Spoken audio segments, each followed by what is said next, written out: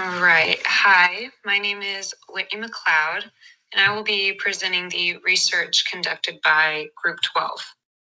Our research is over the effects of different stretching on exercise performance.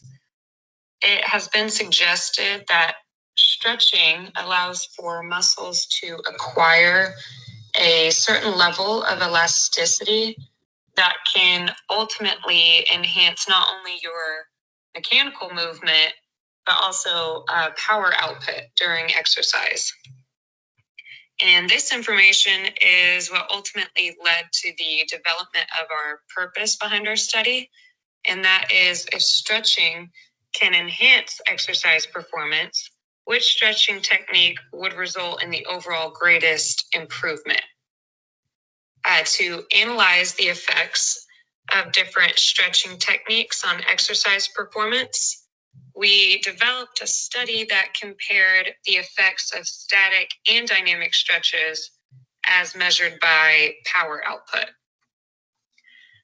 The null hypothesis of our study theorized that there would be no significant difference between the effects of dynamic and static stretches by means of power output. So our study consisted of 30 subjects, 15 of which were female and 15 of which were male. They were all between the ages of 18 to 24.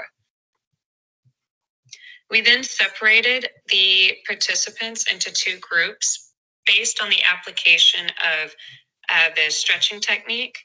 Group 1 participating in a static stretching protocol, while Group 2 participated in a dynamic stretching protocol. Then after separating the subjects into the respective groups, we began pre-testing, where the subjects performed drop jumps from 3 different heights. And the heights are listed here as 20 inches, 24 inches, and 30 inches. During the drop jumps, we measured the greatest height achieved by that subject's jump and recorded these values for later comparison.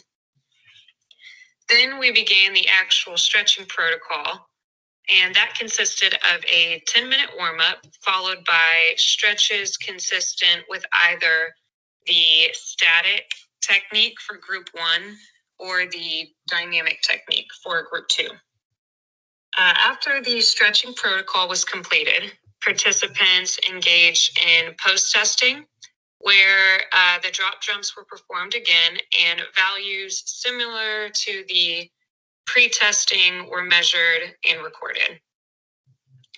When we move on to the results of our study, data showed that there was a slight difference between the power output between the two groups. However, after further analysis, it was shown that there was actually no significant difference between static and dynamic stretching. Our p-value of greater than 0.05 indicated evidence that was an acceptance of the null hypothesis. So we can conclude from our results that there was not a significant difference between the use of dynamic or static stretching as measured by power output of drop jumps.